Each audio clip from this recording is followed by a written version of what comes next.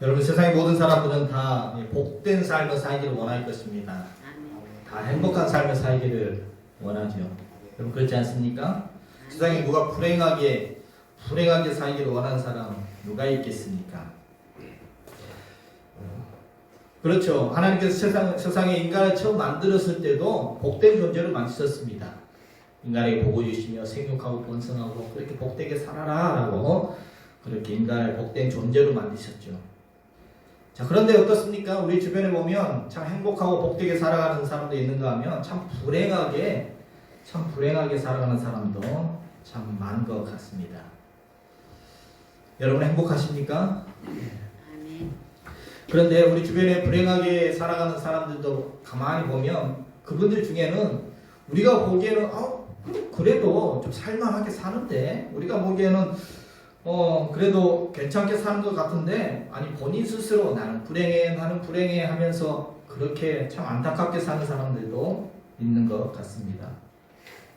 자, 그런데 오늘 본문의 말씀은 정반대로 정말 삶의 여건이 불행하게 보이는데 정말 불행하다고 여길 정도로 힘겨운 삶을 살아가는 그런 사람들인데 오늘 그들을 향해서 우리 주님께서는 오히려 너희들은 복 있는 자다라고 말씀해 주시는 그런 내용입니다. 자, 오늘 본문은 우리가 너무나 잘 아는 말씀이죠. 참 그 유명한 예수님의 산상수훈의 말씀이 시작되는 본문입니다. 여러분 산상수훈 들어보셨죠? 산상수훈, 산상보훈, 산에서 예수님께서 말씀을 전했다고 해서 산에 주신 말씀, 산에서 주신 가르침이라고 해서 산상수훈, 산상보훈, 보석과 같은, 보물과 같은 그런 귀한 말씀이라고 해서 산상보훈 이렇게 말하는데 마태복음 5장부터 7장까지가 그런 내용입니다. 여러분 마태복음은 예수님께서 마태복음은 유대인들에게 전해진 복음서입니다. 유대인들이 위해 쓰여진 복음서이기 때문에 유대인들은 이제 주제별로 구분하고 시간 순으로 구분하는 것이 아니라 그래서 이스라엘 역사도 보면은 구약 성경도 보면 주제별로 구분을 놨죠. 시는 시대로 모아놓고 역사는 역사대로 모아놓고 또 이렇게 주제별로 구분을 합니다. 그래서 마태복음에는 예수님의 3년 동안의 시간 순으로 이렇게 사건을 배열한 것이 아니라 주제별로 예수님 말씀을 한 군데 모아놓고 예수님의 기적의 사건도 한 군데 모아놓고 또 비유 사건도 한 군데 모아놓고 이렇게 구분해 놨습니다. 그래서 5장부터 7장까지가 예수님의 가르침이 집중적으로 모아놓은 산상수훈의 말씀입니다. 오늘 1절 2절을 보면 이렇게 되어 있습니다. 예수께서 무리를 보시고 산에 올라가 앉으시니 제자들이 나아온지라 입을 열어 가르쳐 이르시되. 자, 예수님께서 산에서 말씀을 가르쳤다라고 말하는데 실제 전 성지순례 가보니까 이 산이 아니에요. 저는 산이라고 해서 높은 산인 줄 알았더니 산이 아니라 그냥 언덕, 구릉이에요, 구릉. 이스라엘 지역에 이렇게 높은 산들이 많지 않습니다. 그런데 왜 산이라고 표현했을까? 여러분 누가복음에는 똑같은 말씀을 예수님께 평지에서 말씀을 전했다라고 표현되어 있거든요.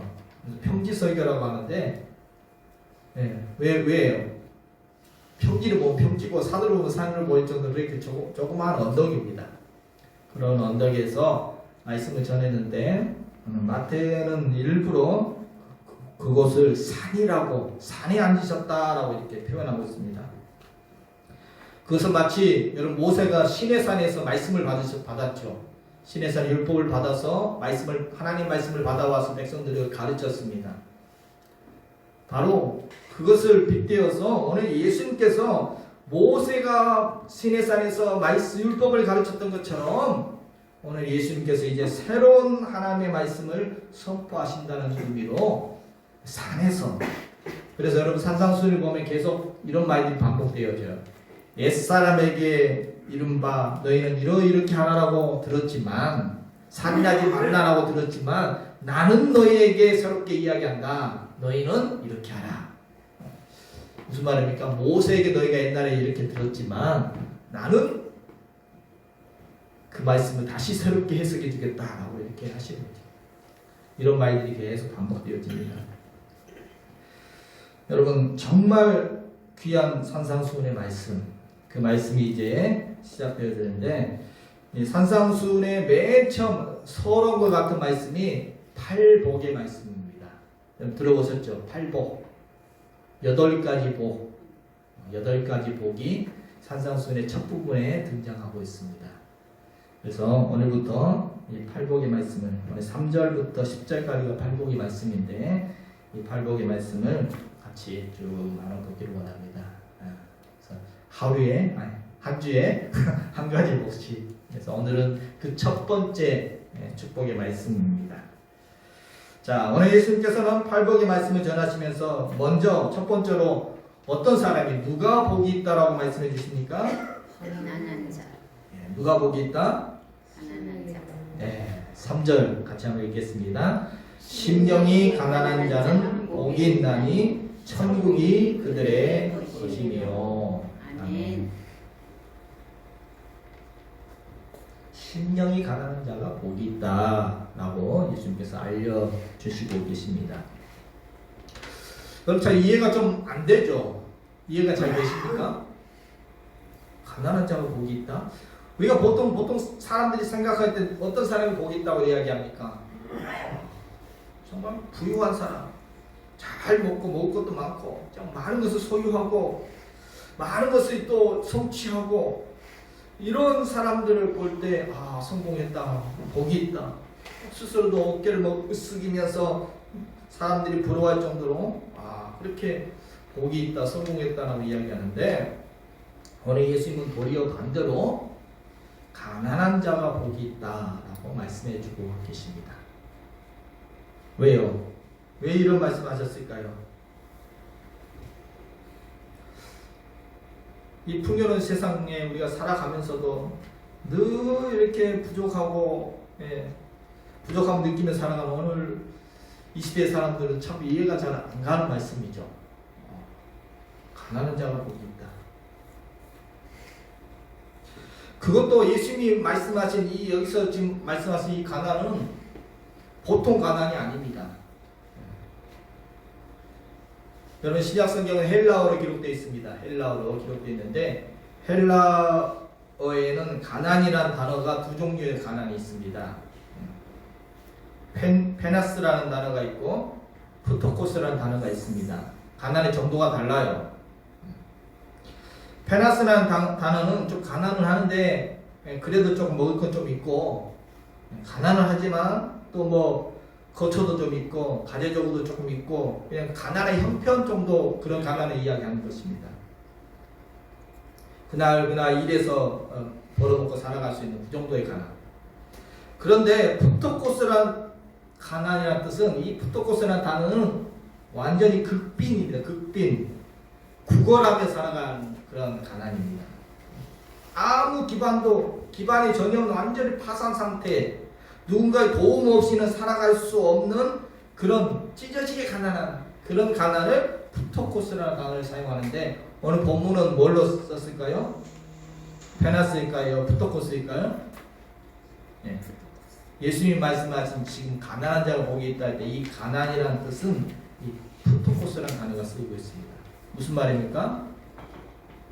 남에게 구걸하며 살아갈 정도로 그런 극심한, 완전히 파탄난 그런 가난을 이야기하는 것입니다. 완전한 빈곤, 도움 없이는 살 수 없는, 누군가를 의지해야만 살아갈 수 있는 그런 극빈의 가난을 지금 예수님께서 이야기하고 있습니다. 절대적인 가난, 이런 가난한 자가 복이 있다. 더 이해가 안 돼요. 더 이해가 안 돼요. 왜요?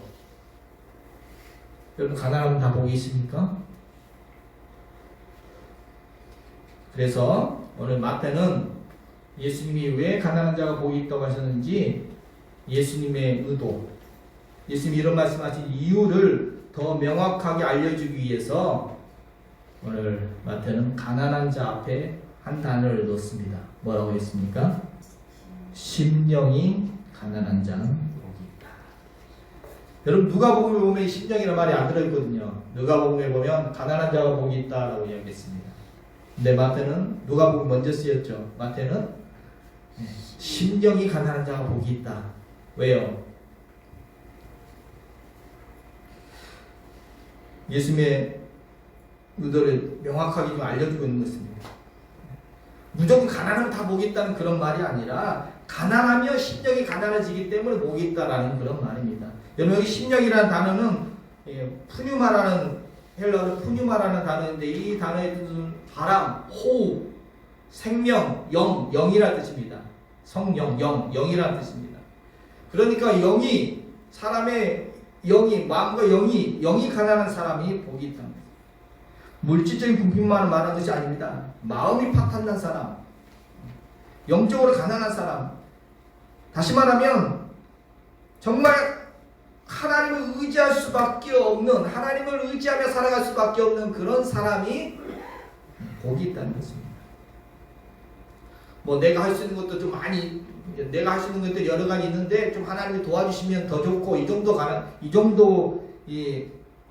아니라 나는 하나님 없이는 살 수 없습니다. 나는 부토코스입니다. 나는 완전한 파탄입니다. 완전한 빈곤입니다. 하나님 도와주지 아니하면 나는 살아갈 방법이 없습니다. 이것을 깨닫고 하나님을 의지하는 사람, 영적인 파탄을 솔직하게 고백하면서 오직 하나님만 의지할 수밖에 없다라고 고백하는 그런 사람이 복 있는 사람이라는 것입니다. 전적으로 하나님만 의지할 수밖에 없는 그런 존재, 나는 그런 존재라는 것을 알고 하나님께 나오는 사람이 복 있는 사람이라는 것입니다. 그래서 꼭 가난만이 아니라 지금 예수님 앞에 예수님 말씀 전할 때 그 앞에 있는 사람들이 그런 사람들이었거든요. 가난한 사람, 병든 사람, 약한 사람들, 핍박받는 사람들, 정말 하나님만이 의지할 대상이 하나님밖에 없어서 예수님께 몰려왔던 그 사람들을 앞에 놓고 예수님이 이 말씀하신 겁니다.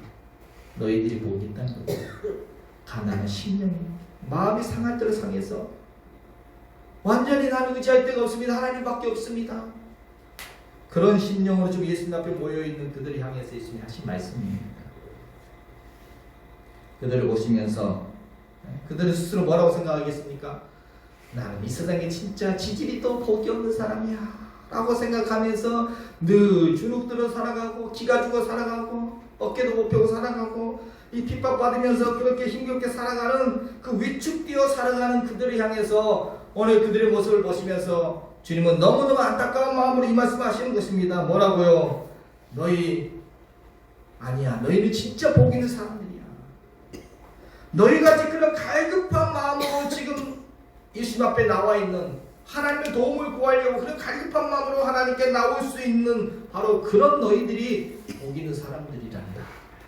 바로 너희가 바로 하나님 나라의 백성들이다 라고, 천국 시민들이다 라고 복 있는 존재를 알려주고 계신 것입니다.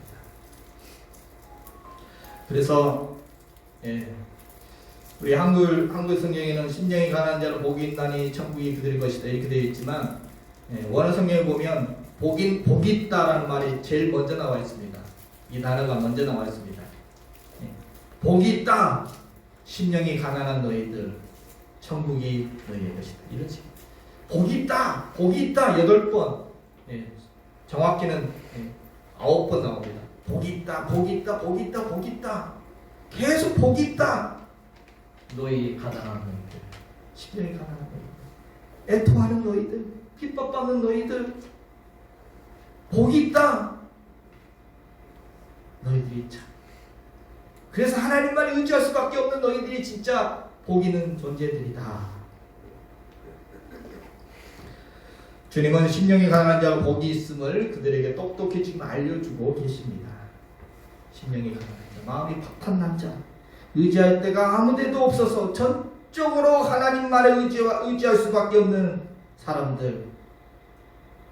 그래서 지금 이렇게 주님 앞에 나와 주님의 도움을 구하고 있는 그런 심령이 가난한 너희들, 힘없는 너희들이 오히려 복이 있는 사람들이란다 라고 알려주고 계십니다. 여러분 우리가 이 팔복의 말씀을 잘못 읽으면 또 뭐 율법적으로 읽을 수가 있거든요. 아 이렇게 해야 복을 받는구나. 이렇게 가난하게 살아야 복을 받는구나. 애통하고 살아야 복을 받는구나. 이렇게 살아라. 그러면 복을 받을 것이다. 이런 말씀이 아닙니다. 이렇게 살아야 복을 받는다. 이런 말씀이 아니고 그런 율법의 말씀이 아니라 지금 예수님은 지금 복음을 전해주고 있는 것입니다. 그들이 들을 때는 이거 복음이에요. 야 우리가 복이 있다고? 이 복음입니다. 지금 아무것도 없어서 가난한 마음으로 하나님만을 의지할 수밖에 없어서 그렇게 하나님께 나와 있는 그들을 너희가 복 있는 존재들이다. 정말 복음입니다. 너희가 세상에 빛이고 세상의 소금이란다. 너희가 하나님 앞에 그렇게 존귀한 존재들이란다. 너희가 하나님 나라의 백성들이란다. 너희가 진짜 하나님 앞에 복 있는 존재들이다. 이렇게 알려주는 복음을 지금 전해주고 있는 것입니다. 복된 소식입니다. 그래서 종교개혁자 칼빈은 이렇게 말했습니다. 마음이 가난한 상태, 심령이 가난한 게 뭐냐? 이렇게 말합니다. 마음이 가난한 상태는 그 자신 안에 아무것도 발견할 수 없어서 자비를 구하기 위하여 하나님의 성소로 달려가는 사람의 모습이다. 마음이 가난한 게 뭐라고요? 내 안에서는 내 안에서 아무것도 뭐 발견할 수가 없어요.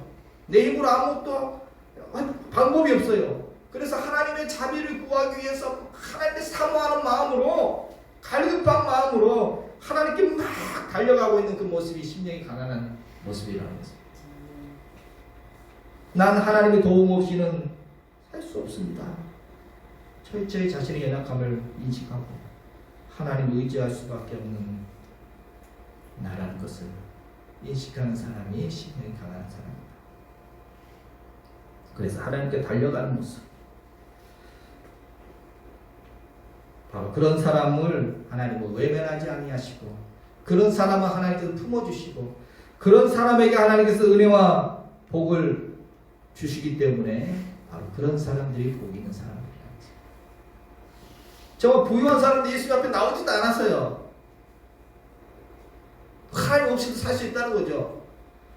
그런 사람이 세상 사람들이 보기에는 복이 있는 것 같지만 하나님 보실 때는 그들은 복이 없고 천국과 상관없는 사람입니다. 여러분 시장이 반찬이라는 말이 있죠. 네.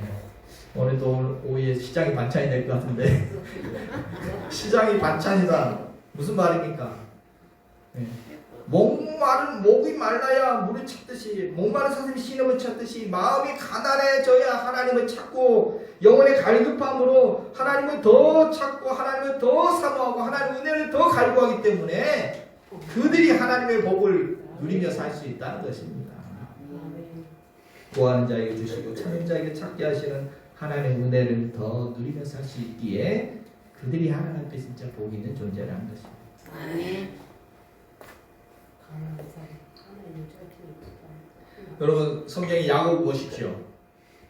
야곱도 진짜 행복한 사람, 복된 삶을 살려고 발버둥 쳤던 사람이죠. 장자의 축복 내가 받고 싶어. 형의 발을 잡고 태어났습니다. 그래서 그 장계의 대왕이죠. 아버지도 속이고 형도 속이고 그래서 형의 축복권, 아버지의 축복권, 형의 장자권을 빼앗으려고 복을 거머쥐려고 하다가 어떻게 됐습니까? 형의 미움을 사서 결국 야반도주하듯이 도망가게 되죠. 거머쥐려다가 다 잃게 되었습니다. 정든 가족도 고향도 떠나서 다 놓고 다 비우고 지팡이 하나 들고 고향을 떠납니다. 그래서 그 광야에 노숙을 하게 되죠. 돌베기하고 잠이 들었습니다. 그때 여러분 야곱의 심정이 어땠을까요? 마음이 어땠을까요? 심령이 가난해졌을 것입니다. 바로 그때 그 처참한 처절한 비움의 순간 모든 걸 다 비우고 다 내려놓고 정말 한없이 초라해진 모습으로 그렇게 영이 진짜 가난해질 정도로 가난해졌을 때 그때 무슨 일이 벌어졌습니까? 그 쓰라린 광야에서 야곱은 이런 고백을 하게 됩니다. 뭐라고 고백해요? 창세기 28장 16절에 보면 야곱이 잠에 깨어 이르되 여호와께서 과연 여기 계시거늘 내가 알지 못하였다. 하나님이 이곳에 계시고 그날 저녁 야곱은 하나님을 만나게 되었습니다. 처절한 그 가난의 순간, 그 비움의 순간 그는 하나님을 만나고 하나님의 약속과 축복을 받게 되어집니다. 쓰라린 비움의 과정이 바로 놀라운 하나님의 축복을 경험하는 도구가 되었습니다. 여러분, 내 욕망과 내 욕심으로 가득 차 있으면 내가 가득 차 있으면 하나님 것을 채울 수가 없습니다. 평생 자기 욕망을 채우기 위해서 남을 속이면서 그렇게 살아오던 그 야곱이 그 쓰라린 광야에서 다 비우고 돌베기하고 누워있던 그 노숙 생활 가운데 도리어 인생의 축복이 시작되게 되었습니다. 그릇을 비워야 새로운 것을 채울 수가 있습니다. 자기 것으로 가득 차 있는 부요한 자는 아쉬울 게 없습니다. 하나님의 은혜를 구하지 않습니다. 그래서 채울 수도 없습니다.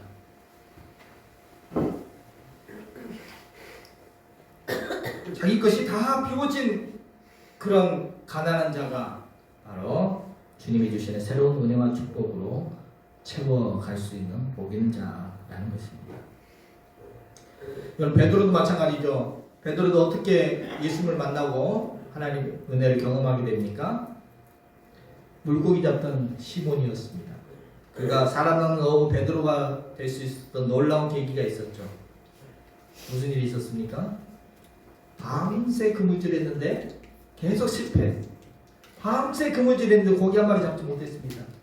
빈배, 빈 그물, 그런 철저히 목마름을 경험하게 되었습니다.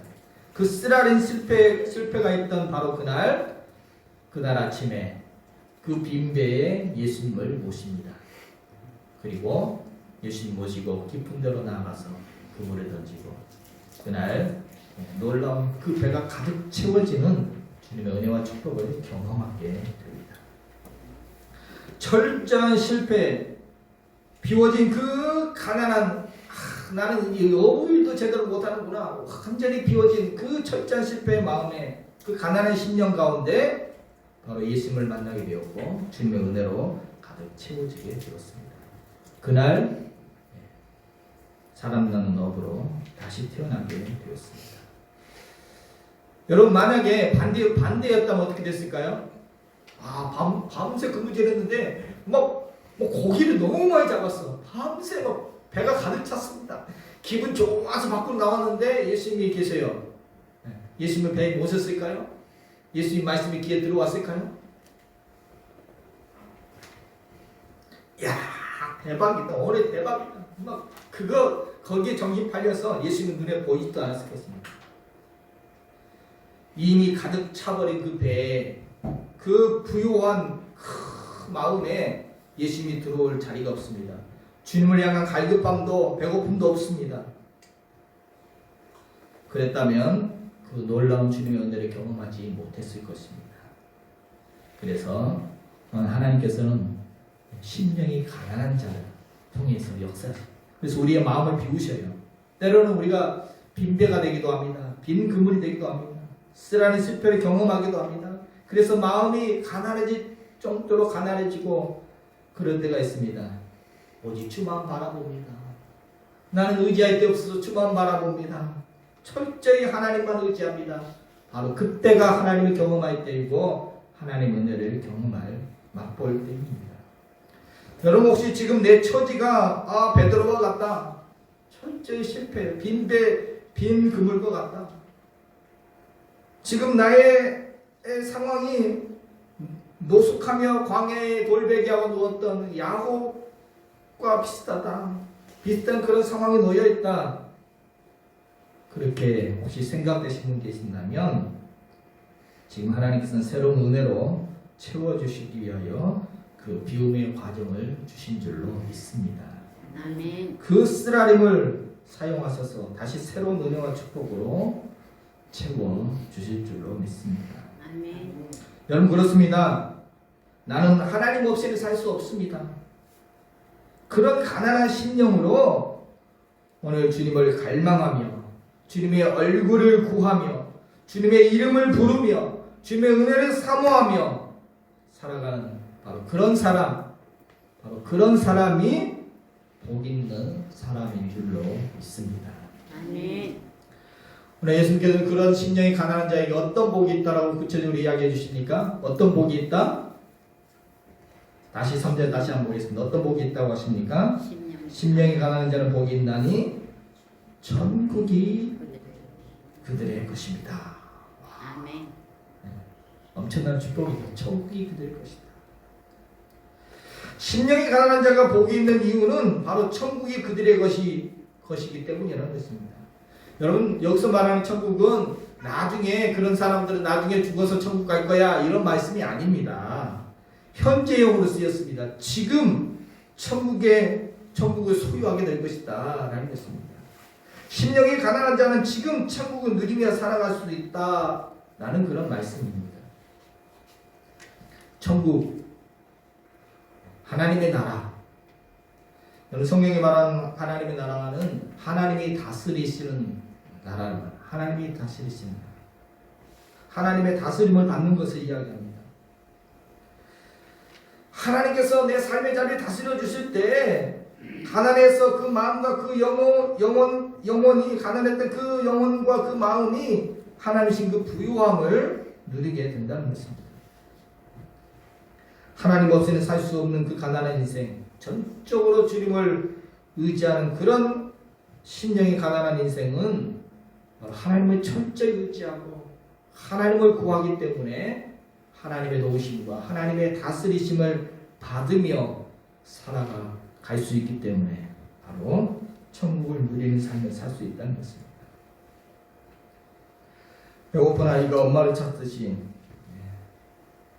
가엾은 심령으로 주님께 달려갈 때 주님은 우리의 빈 마음에 주님의 기쁨과 평안과 은혜와 사랑을 부어주시며 천국을 누리게 하여 주실 줄로 믿습니다. 아멘. 한 목사님이 두 자녀가 있었습니다. 아들, 딸 두 자녀가 있었는데 이 아들, 딸이 너무 달라요. 가만 보니까 이 아들은 술에 빠져가지고 이 아들은 누가 용돈을 주거나 또 뭐 설날 세뱃돈을 주면 엄마한테 다 갖다 줘요. 누가 주면 다 엄마한테 갖다 주는 겁니다. 근데 반대로 딸은 누가 돈을 주면 절대 안 뺏깁니다. 자기 것이라고 이거 다 내 거야 하고 잘 챙깁니다. 그런데 가만 보니까 어때요? 누가 더 여유롭게 살아요? 누가 더 누리며 살아요? 가만 보니까 엄마에게 다 맡긴 아들은 이 아들이 훨씬 더 부자같이 살더라는 것입니다. 왜냐하면 엄마한테 다 갖다 놓고 뭐 필요할 때마다 가서 엄마한테 가서 주라는 겁니다. 갖다 쓰는 겁니다. 엄마한테 맡겨놨으니까 얼마 맡긴지도 모르고 무조건 뭐 필요한 거 있으면 다 엄마 맡겨놨으니까 엄마한테 다 달라고 해서 씁니다. 근데 딸은 어때요? 반면에 딸은 달라는 소리를 못 하더라는 것입니다. 맡겨놓은 게 없으니까 달라는 소리 못 하고 자기 가진 거 그거 쪼개가지고 막 그것만큼만 누리면서 축적해 놓은 만큼만 그만큼밖에 못 쓰더라는 것입니다. 근데 다 줘버린 아들은 엄마께 다 내 거야. 엄마께 다 내 거야. 그런 마음으로 살더라는 것입니다. 그리고 이 아들에게는 돈보다 더 중요한 게 엄마가 더 좋습니다. 뭐 돈이 얼마 들어오든 별로 관심도 없고 그냥 엄마한테 다 맡기고 자기는 누구만 있으면 돼요? 나는 엄마만 있으면 돼.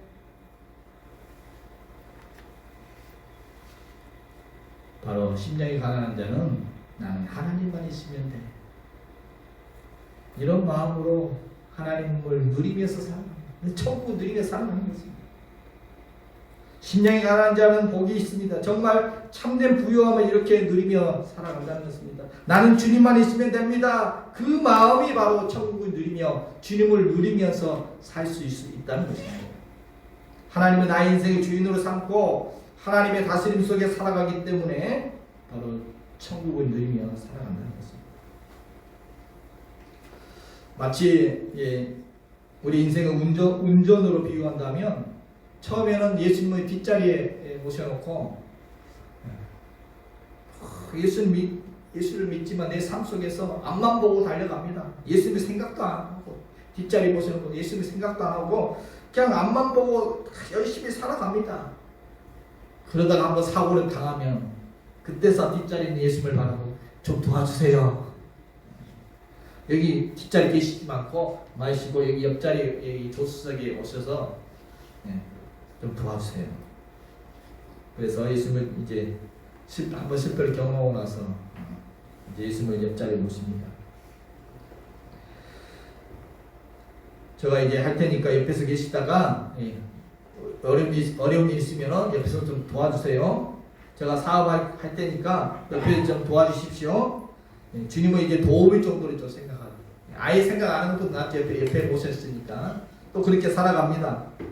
인생이 정말 힘들고 어려울 때 그때 주님의 도움을 구합니다. 인생이 정말 그러다가 이제 또 사고를 만나면 그제서 이제는 안 되겠습니다. 주님이 운전대 잡아주세요. 저가 옆에 앉아 계실 테니까 주님이 이제 운전대를 잡아주십시오.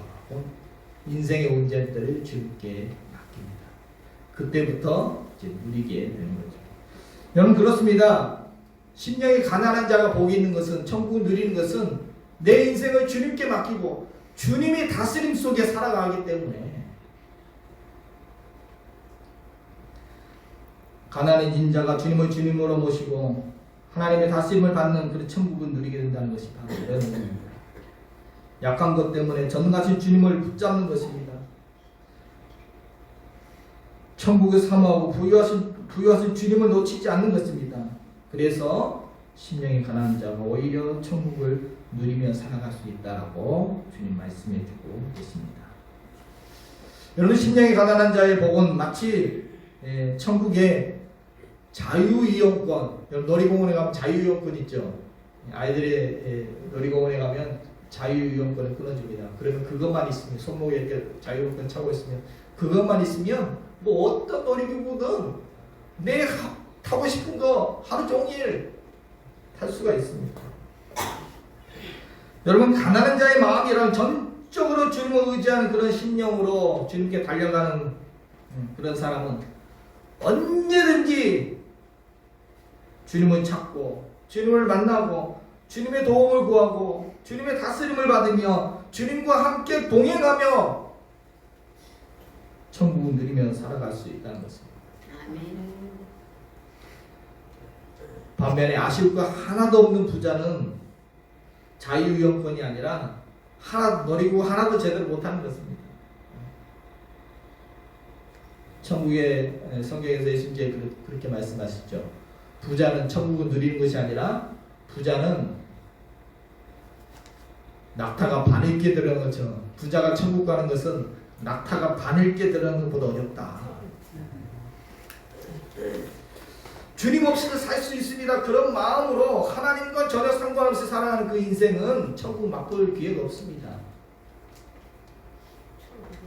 우리가 가난한 심령으로 주님께 나아가고 날마다 주님을 의지하며 나아갈 때 천국문은 우리 앞에 자동문이 될 것입니다.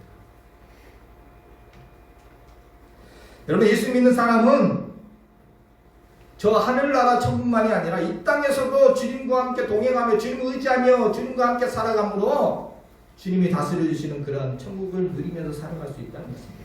아멘. 죽어서 가는 천국만이 아니라 물론 죽어서 가는 천국은 우리가 다 보장받았습니다. 이 땅에 살아갈 때도 주님 믿고 살아감으로 우리 천국을 누리며 살아갈 수가 있습니다. 아멘. 근데 어떤 사람들은 하나님 믿는 주님 믿는다고 하면서도 삶의 자리가 지옥같이 살아가는 사람도 있어요.